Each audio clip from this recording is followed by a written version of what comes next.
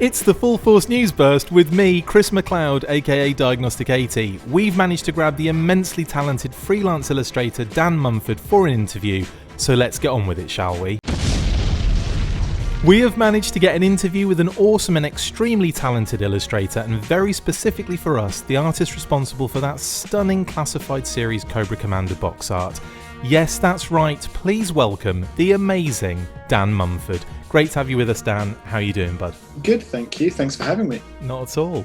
Now, obviously, you first came to the forefront of my, knowledge of you existing when you did the Cobra Commander art, but you've been doing loads and loads of cool stuff previous to that, and it's been really cool to kind of see that. So, I mean, before we get to that work with the Cobra Commander, I mean, could you give us a bit of background first and how you got into this kind of line of work? Sure. Well, I've been a freelance illustrator for 13 years, I think it is now. That's a good stint. I graduated in 2007, and I was mainly working in music-based artwork then. So a lot of like album covers, T-shirts, that sort of thing. Cool. And then that turned into working more in the pop culture industry. So a lot of movie posters, things like that. Generally, the sort of alternative nerd pop culture, whatever you want to call it, Yeah. So everything you might find at somewhere like Comic-Con. Absolutely. And do you know what? It's only the last couple of years that's begun to diversify a bit more again into more things like packaging, stuff like that, and actually getting to work with some of the stuff that meant a lot to me as a kid, if you will. Absolutely. Yeah, so that's the general overview, I guess. So as a kid then, you were kind of, were you kind of a Joe fan back then as a young lad? Absolutely. Awesome. 100%. Yeah, I think that was probably... Well, I should say Action Force as well, right? Obviously. Yeah. I think primarily, that's the overriding toy I have memories of, Yeah. There were others, but I don't know if anyone remembers Marshall Bravestar, but I had a lot of Marshall Bravestar figures. Bravestar. Yeah. I mean, but that was maybe for a year. Yeah. But G.I. Joe was always there, so Awesome. Well, and it says in the theme tune as well that they're always there. Yeah. So you've worked on some incredible art, and again, some of the stuff that I was looking at, I was really kind of drawn to things like Star Wars, Mega Man was a really cool one that I saw, Terminator, Avengers, Wonder Woman. I mean, the list is endless. It literally is. I would have listed them all, but I was like, no, I can't. This will take hours. It's a lot. Yeah, it's loads. I mean, and they're all really instantly recognizable, but you've managed to kind of infuse your own art style into them very clearly. I mean, how do you go about a project like this particular, based on those kind of the Star Wars and the Mega Mans and all that? I mean, is it brief? Is it to brief, or do clients let you kind of go nuts with this kind of stuff? Well, it depends really. I mean, the majority of my work is for clients, so we'll work into a brief. Sometimes it's personal work, in which case I get to just do things however I want, really. Yeah. Which is nice, but also kind of I quite like having not the limitations, but having a brief. It definitely the focus helps. Totally. Yeah, it helps you start a lot easier. And in terms of where I start with the project, it's pretty much always the same. I'll just do a bit of research. So if that's a movie, generally I'll make sure I've watched the movie, which is not a problem because I enjoy film a lot. So that's a big part of what I enjoy anyway. So if it's a film like Star Wars, for example, it's very important for me to try and pick out what it is that's important. Yeah. Who are the key players?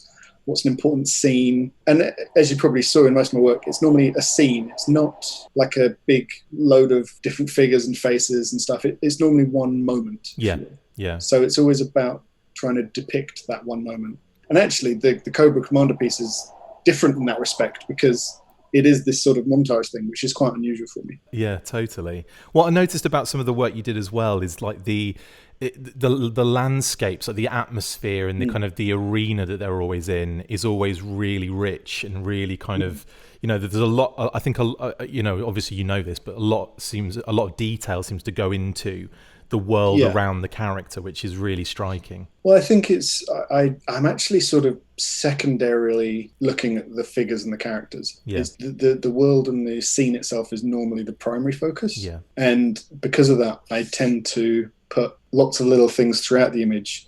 I think it's the sort of, it is the fan in me because nearly always I love these worlds I'm working on already, as a fan. So I try and put little nods to things in there. I'll always, in nearly everything I do, I think if it's a film, I put the film's release date in there somewhere. Okay. Like the running time, things like that.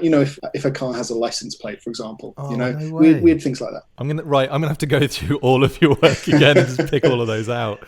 I tend to do that quite a lot, and then there'll be things like characters in the background, and I just try and make everything have meaning, I guess. Yeah. And that's also something that, as an artist, I need to work on, actually, because it does mean that sometimes I'm putting detail into places that they don't really need them, and actually maybe it overcomplicates the image. But it's always a learning process. I should say as well, like obviously we've started the interview. We're both from the UK, obviously. Yes. That's quite clear.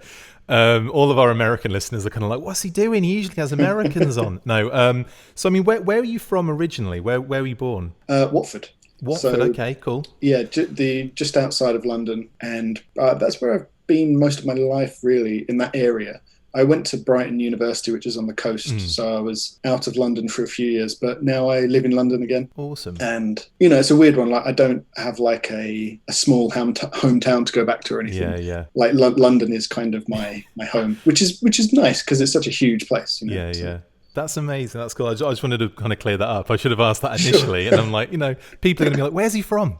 And okay, so one of the main standouts of your work as well is the color. Dramatic use of, I should say, really. I mean, it's really, your style's really recognizable. And the way you use colors, kind of unlike any artist I've kind of seen today. I mean, how has that developed over time? And was that style something you consciously aimed for as you progressed as an artist? It's developed in that nowadays I'm known for color, whereas primarily I probably wasn't before. Yeah. So my earlier work was quite dull / black and white a lot of the time. Right. And I didn't really know how to use color that well. It was very much a learning process for me. Yeah. So it's one of those things whenever people ask me, like, how do you know how to put what color where and what shades to use and what matches? And it's always just an experimentation process. But also the fact that I was so bad at using color means that I quite quickly learned what worked and what didn't work. Yeah. Because I was kind of starting from nothing with just black and white, if you will. Yeah. And nowadays it's just one of those sort of things that's quite innate. Like, I don't think about it. Do you know what I mean? Yeah, like, I'll just go, this piece is going to have a sort of blue feeling to it. Like, I want it to be cool colors. And then I just sort of go with it. And there's lots of experimentation. Like, before it gets to that final stage, there'll be different versions with different colors. And that's always the color actually always ends up being one of the things that is finalized towards the end. Yeah. So I'll be working on the whole piece, working on it for like 3 or 4 days going, I don't know, these colors don't really work necessarily. And then you can quite easily in Photoshop, because I do everything digitally, you can quite easily tweak your colors in like 10 or 15 minutes and go, okay, now it works, it pops, Yeah. But nearly always I have quite a good idea of the general color theme. And I just like making things like giant rainbows now. But honestly, it's really striking. And anyone that's listening, if you can check Dan out on his website, on Facebook as well, and just go through some of like the photos and the images that you've already created, because it's just so like striking. Everything is so, and it's funny because you kind of look at it and everything is a different color. Like it's all over the place in terms of color, right? but it all seems to kind of it all seems to go together, if you know what I mean. Like, that's something that I find really surprising. Is like one image could be like that kind of Star Wars scene where it's that kind of desert kind of orangey kind of tones and everything, and then it could be the teal of like another piece that you've been working on, and yet they work very similarly, like together. It's very odd. Like, I don't know how to really explain that. I think what's strange is, well, actually a lot of the time when I'm doing work, normally within film, actually, I tend not to have credits on the pieces. Right, yeah. And it kind of helps those pieces look like they're one giant body of work, if you will. Yeah. Because also I think what it is as well that makes a lot of my work look like it all works together is the compositional elements. So, I joke about it, but I only have like 3 or 4 different compositions that I use again and again and again. Something I need to work on. At some point, someone's going to go, haven't we seen this piece before? But with a different character. I mean, it's fine. I think a lot of artists are like that. You know how you can draw something well, if you will. But because of that, I think a lot of the time they sit really well next to each other. Yeah. And because the coloring methods are also the same, so a lot of the time I do, if it's a really full color thing, like the recent Star Wars movie posters, I'll do something where it's like transitioning very gradually from one color to another. And then the next piece will be pretty much the same, but different colors. And I think that just makes it look like a kind of like a nice color wheel, where it's really gradually making its way around all the colors. And also with something like those Star Wars posters for Rise of Skywalker and the other two as well, those posters were sort of created as a set. Yeah. So if I know there's going to be 4 posters, I'm like, okay, we're doing the blues and reds in this one. This one's got the greens and yellows. This one's the purples. Do you know what I mean? So it's I'm kind of getting a bit of all the colors in there somewhere. Yeah.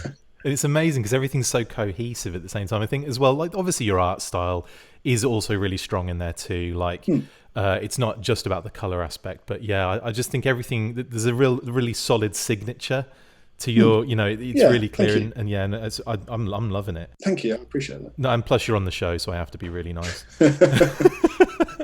So obviously, let's talk about the G.I. Joe job. That sounds a bit weird, doesn't it? Yeah. How did the G.I. Joe job come about? Well, just kind of out of the blue, to be honest. Yeah. I heard from Sean Kenny over at Hasbro, who's been on a few of the reveals and stuff, talking about the new figures and stuff, and we just had a really good chat about stuff and just sort of how they wanted to do something a bit different with the packaging. And I thought it was a great idea in the first place, like getting all of these amazing artists to do their take on these figures. And obviously I didn't really know what other people were working on, but when I got to see the reveal of all of that stuff, what was it, like a month ago or something, it was really cool to see. And it's one of those things that's really good because the styles themselves don't really match at all between the different figures. But it doesn't matter because they're used carefully on these little panels. And, I can't wait to see them together. I know. I've got a few of them. Oh, do you? Wow. Yeah, let me just show you quickly. Yeah, that'd be amazing. Because I've only seen them online so far, So. Oh, wow. There we go. Right. Sorry, great for radio that was, wasn't it? So obviously we've got Snake Eyes there. Tracy Ching did Snake Eyes. Yeah, wonderful. And Tracy's amazing. And again, I'm hoping to get Tracy on the show as well to talk about her work on the Snake Eyes one. So that's really nice. Oh, that'd be great. Tracy's amazing. We've got the Mike Thompson Roadblock as well, which is again that kind of like photorealistic kind of style. That's nice. It's nice packaging as well. Oh, it's gorgeous. It's absolutely stunning. I had to get 2 of each of the figures so that. How did you get them? Did you get sent them? Yeah, well, Hasbro Pulse orders and Roma Collectibles. So I've because I'm in the US. Oh wait, as in they've shipped them already? Oh yeah. The first wave are out. So you got Oliver Barrett's Destro as well there. Again, nice. another nice one. Yeah, it's really really good. And just a couple more. Sorry about this, Dan. We've got Francesco Francovilla's Duke as well. See, that's a great example, because it doesn't really, his style doesn't necessarily match the others. Yeah, it's very really. cartoon. But it doesn't matter. Yeah, exactly. When they're all lined up, they actually look really, really cool and striking. Yeah. And then can't believe you. Scarlet as well. That is beautiful. I really love that one. I can't believe you haven't taken them out of the box and played with them yet. Well, I have. I've got 2 of each. Oh, you've got 2 of each. There you go. They're all out, open. I've even got the Cobra Trooper here, which came recently. It's absolutely superb. It's funny. They keep releasing more and more. And then there was what's the new one, like Cobra Island or something? Yeah, that's the Target Cobra Island. There you go. The Special Missions Cobra Island. Oh, there it is.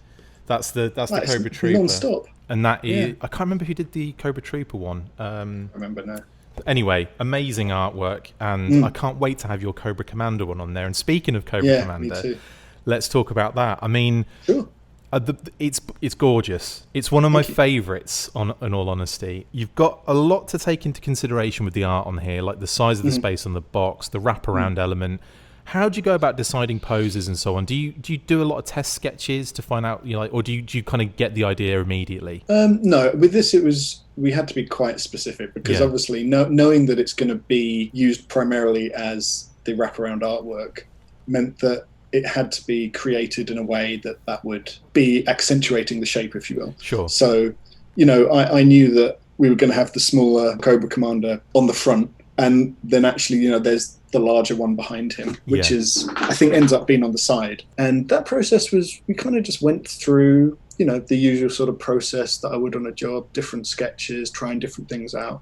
But I had the packaging layout that was in place, so Yeah. it wasn't too hard to like imagine and visualize it. And yeah, it wasn't that dissimilar to most jobs, to be honest with you. Sure. No. Was it more of you said earlier, obviously, given a brief, you like that kind of the limitation, shall we say? Sure, yeah. But did that help as well? Like, was it kind of like, Yeah. well, I've only got this space to work in, so it's only, it's got to be this kind of way? Yeah, and I think pretty early on we knew we wanted to do that sort of thing. Just going back and forth with the team over there. It was we were locked into that idea pretty quickly, to be honest. And I think most of the other pieces are fairly similar in the sort of rough layout or sort of the way they might be used. Yeah. And I hope at one point maybe they get released as posters or something. That'd be Oh. cool. Because I think they were all created as, I presume they were all created as large scale pieces. Yeah. So, The each artist is kind of shared on, like the full art and the kind of, the Phil Noto one with the Scarlet one is really nice as well, because it's like, yeah, exactly. There's a lot of detail missing there. yeah, absolutely. So, yeah, okay. Well, something else I was quite very interested in knowing, if it's possible to know, were you given the actual action figure itself as reference, or were you working from like images and stuff like that? I wish I was given a figure. No, I just I think that was, I'm trying to remember now because it was quite a while ago. I think it was fairly locked down what the design was. Yeah. And I was just shown basically just images of what it looked like. Okay. So And, you didn't have that much to really go on then, in the sense. Well, it was quite a lot of different angles and stuff. okay. So Yeah. it was all there basically. It wasn't like a grainy image taken from. Oh, no. No, I think, if I'm trying to remember, I think I had some of the 3D models as well to look at. Brilliant! And stuff, so. Cool. But that was really cool because it meant it was hard for me to get it wrong, if you know. Yeah, and with yeah. something like this, those details are important because we want it to look spot on. Yeah. So I really appreciate that. But with a company like Hasbro, like, you're going to get that detail if they can give it to you. Absolutely. So that was really appreciated, actually, because sometimes if it's a film or something, you are sort of guessing and sort of going, I can just about make out what this is meant to look like here. What's weird, actually, is for a lot of things, like, actually, quite specifically working on some of the Avengers posters, the best way to get different poses and different angles is to look at the toys, because they're so detailed now. I can't remember what company it is. It's not, I don't think it's Hasbro. But there's some really, really detailed ones of all of the Marvel figures. Yeah. You just got to make sure that you're getting it from the right movie, because there's now so many different movies with so many different outfits. It is constant, isn't it, as well? I mean, I think Marvel. Iron Man's got about 10 different outfits and 10 different figures to go with it. So What was it? He was at Mark 40 something last time I saw. Yeah. I don't know, but you have to be quite careful because people will notice. Oh, of course they will. Of course. Yeah. Yeah, like, all us Joe nerds, we're going to notice. Yeah, Cobra exactly. Commander. No, exactly. I think it is one of those things where if the details weren't as spot on as they are, Yeah. I think people would have been a bit like, it's a shame, I haven't got the figure in hand yet. The Cobra Commander one, I'm desperate to kind of, to see. I've got two versions of that coming. Obviously, there's a third as well, isn't there? Well, oh my god! Well, that one I haven't been able to. Well, that goes up on September on the Pulse. What's it called? Like the Snake Royal Supreme Snake Ultimate. Supreme. Yeah, that one's amazing. It's beautiful. It's ridiculous, but like, and I obviously my artwork's nowhere on that one, but I still want to own it. That's interesting, isn't it? Because they've got another artist to do another Cobra Commander on the deluxe packaging, and again, so good, really, really cool. And I kind of feel like it's not too much of a departure from what you did on the Cobra Commander thing. So at least there's no real massive difference between those two pieces, but. It is. I mean, that deco is insane, isn't it? Yeah, and the packaging's different as well, I think. Anyway, it's deluxe. Yeah. It opens up, like splits in half, and he kind of floats in the middle of the ridiculous. Big fan of that. Yeah. But I mean, like the details that you had to put onto your piece as well. Like I'm kind of as I'm looking at it right now. The helmet's got loads of different kind of lines and cuts, and there's different textures on that. And then you've got the kind of shoulder piece, and you've got all the different snake skin elements and stuff. I mean. It's really rich, is what I'm saying. So, and in seeing the figure, I think you've captured it really well in the artwork as well. I mean, Thanks. were you happy with the final outcome? Yeah, I think so. I mean, generally with most of my work, there's always like 10 or 20% of you that goes, I could have done that better. And, I look at that piece now and I'm pretty happy with it. Yeah. There's things I would change now if I could, because like, obviously I can see them go, oh, that's wrong, if you will. Yeah. But do you know what? It was quite a intense piece to work on. So it was one of those ones where it was like the deadline's coming up. So wow. This is the pick. I'm happy enough. Yeah. But there's always something you want to change. What was always. the turnaround on it then? I mean, Hasbro come to you. How long did you actually have to work on it? I can't remember now, actually. I've genuinely got no idea. I think it wasn't super quick. I think it was more just it was sort of like over a few months, I think. Oh, good. So like quite a comfortable back and forth, that sort of thing. And it was probably a while ago that you worked on it now, right? Is that correct? Oh yeah, it was last year. Wow. I think it was maybe even the start of last year. Wow. I don't know. It's crazy to think that stuff was all going on in the background and most Joe fans had no idea of what was happening. It was quite fun because obviously no one knew about any of it and had to keep it completely secret. But I did tell my dad because he was pretty excited by that. Brilliant. Because he was just as into G.I. Joe. He was more into buying them for me. Oh, that's amazing. That's amazing. But I think he played a little bit with me, Did he have the 12-inch figures back in the day, like the Action Man and stuff like that? He had a couple. Yeah, he definitely had a few of those. Yeah, that's great. So I think for him that this was like, my version. That's brilliant. It's like come full circle. I love that. Oh yeah, and I've still got them. I still have a couple of crates of them up in. I think they're in my dad's attic, but he keeps telling me that I have to take them now because he wants the space. So. It's all lies. He wants them in his possession forever. I can guarantee it. I mean, like, were you at any point concerned about having to do Cobra Commander, who is like one of the most iconic characters in the G.I. Joe universe, or were you just super excited? I was excited. I think I was. Do you know what? I did know that Tracy was doing Snake Eyes, and I'm quite good friends with Tracy. Awesome. And I think I had a little word with her about it because I knew she was doing Snake Eyes, and I was like, "You got Snake Eyes? I wanted Snake Eyes." But I think Cobra Commander's like a good second one to get. Oh, totally, yeah, totally. I mean, if you're talking iconic, it's going to be Cobra Commander, Snake Eyes. Then you're probably talking like Duke and Destro. Those are the icons, I think, of the brand. So actually, we should talk about the special Destro.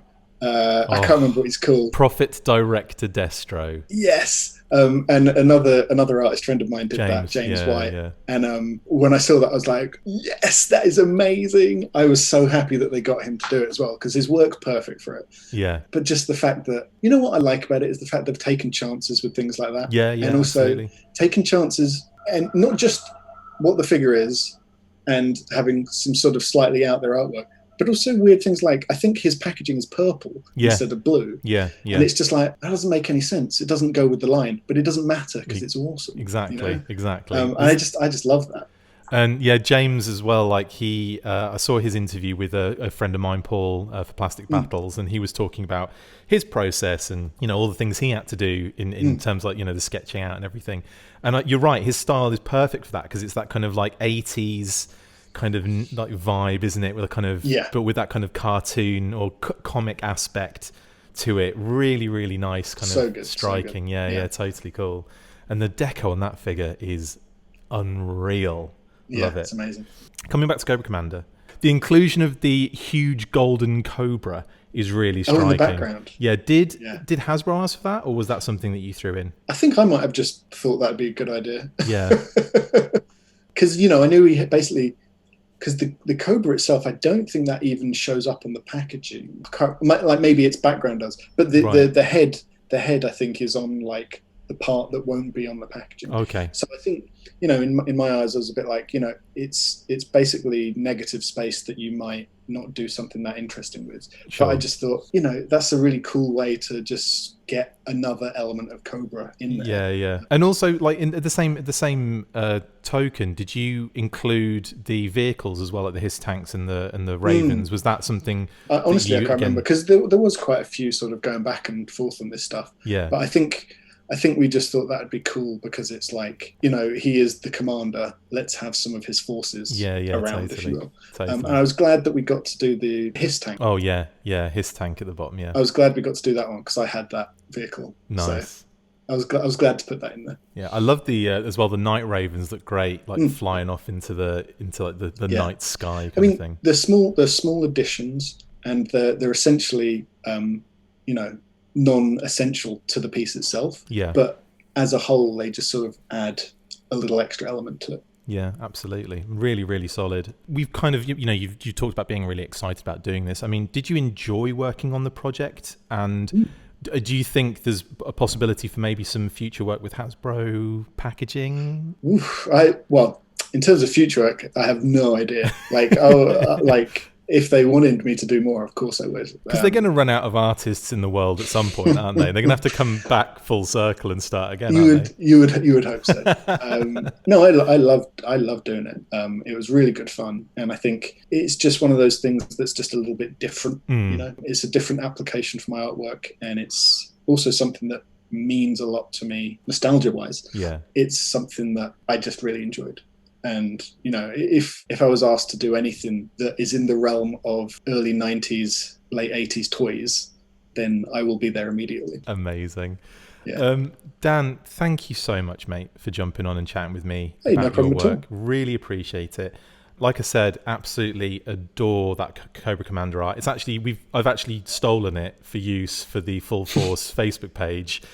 During Cobra Convergence 5, so the check for the check will be in the post for that. Thank you. Thank you so much, Dan. And again, could you tell everyone where to follow you, where to find you, and all that kind of stuff? Well, my website is dan-mumford.com, and on Twitter, Instagram, and Facebook, it's @Dan-Mumford-Draws. So, and that's it really. I put up lots of new stuff. I sort of show work in progress where I'm allowed to do that. And I've got lots of prints and stuff on sale. And I'm always dropping new prints and stuff as well. So yeah, check it out. Fantastic. And we'll drop all those links as well in the descriptions below on wherever you see this, hear it, whatever. You'll be able to find him and you'll be able to look at his amazing work.